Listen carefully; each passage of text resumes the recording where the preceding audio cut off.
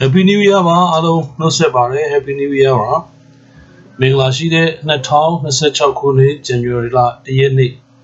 မနေ့အစောကြီး12နာရီနဲ့10မိနစ်ပြောမှဆိုရင်တော့မနေ့10မိနစ်ကနေပြီးတော့မှလမ်းပြီးနှုတ်ဆက်တာဖြစ်ပါတယ်အားလုံးမင်္ဂလာပါအားလုံးပေါ်မှာဘုရားခင်ကောင်းကြီးရှိပါစေကျွန်တော်တို့ဘယ်သူမှမရောက်ဘူးသေးတဲ့2026ခုနှစ်ကြီးတဲ့ကိုဝင်ရောက်လာတာ10မိနစ်ကျော်ရှိသွားခဲ့ပါပြီဒီနေ့2026ခုနှစ်အတွက်ကျွန်တော်ရဲ့ပထမဦးဆုံးမိတ်ဆက်ပြီးဘုရားသခင်ရဲ့ကျေးဇူးတော်ချီးမွမ်းပေးခြင်းတဲ့အကြောင်းအရာတစ်ခုကတော့118ခုမြောက်သောစာလံ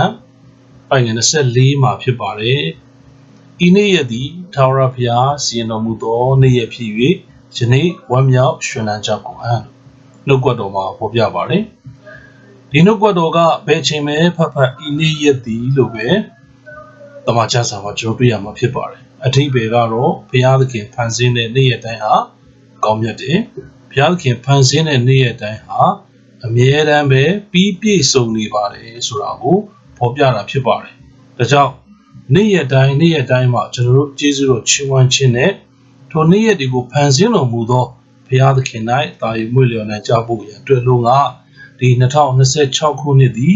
အားလုံးပေါ်မှာမင်္ဂလာရှိတဲ့နှစ်သစ်ဖြစ်ပါစေ။နှစ်သစ်မှာကျွန်တော်တို့တွေစိတ်သစ်လူသစ်နဲ့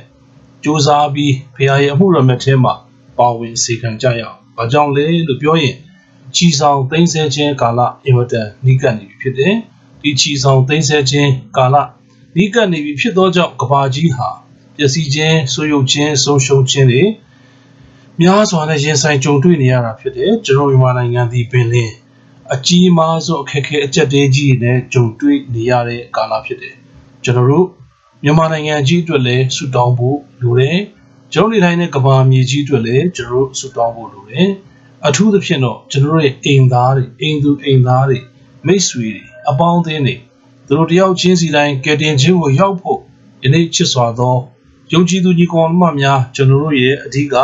ဝန်တာတည်းဖြစ်ပါတယ်။တာဝန်လို့ကျွန်တော်မသုံးချင်ပါဘူး။ဝန်တာစိတ်နဲ့2026ခုနှစ်မှာကျွန်တော်တို့ပါဝင်ကြမယ်ဆိုရင်ဖြင့်2026ခုနှစ်ဒီဘုရားခင်ဘုန်းတော်ထင်ရှားရာနေ့ရက်ဖြစ်လာပါလိမ့်မယ်။ထာဝရဘုရားကိုမသိကျွမ်းသေးသောဝိညာဉ်များစွာကယ်တင်ခြင်းသို့ရောက်ပြီးထာဝရဒုက္ခချမ်းသာတည်ဟူသောကောင်းရင်သာစည်ရင်ကိုဝင်ရသောခွင့်ကိုသင်နဲ့ကျွန်တော်အားဖြင့်2026ခုနှစ်မှာဘုရားသခင်ပြင်ဆင်ပေးပါလိမ့်မယ်ဆိုတဲ့အကြောင်းလေးကိုလည်းပဲဒီနေရာကနေထပ်လောင်းပြီးတော့မှဝေငှပါတယ်။အားလုံးပေါ်မှာဘုရားသခင်ကောင်းချီးပေးပါစေ။ Happy New Year ပါ Happy New Year 2026ခုနှစ်ကနေအားလုံးကိုကြိုဆိုပါရစေ။အားလုံးကိုဘုရားသခင်ကောင်းချီးပေးပါစေ။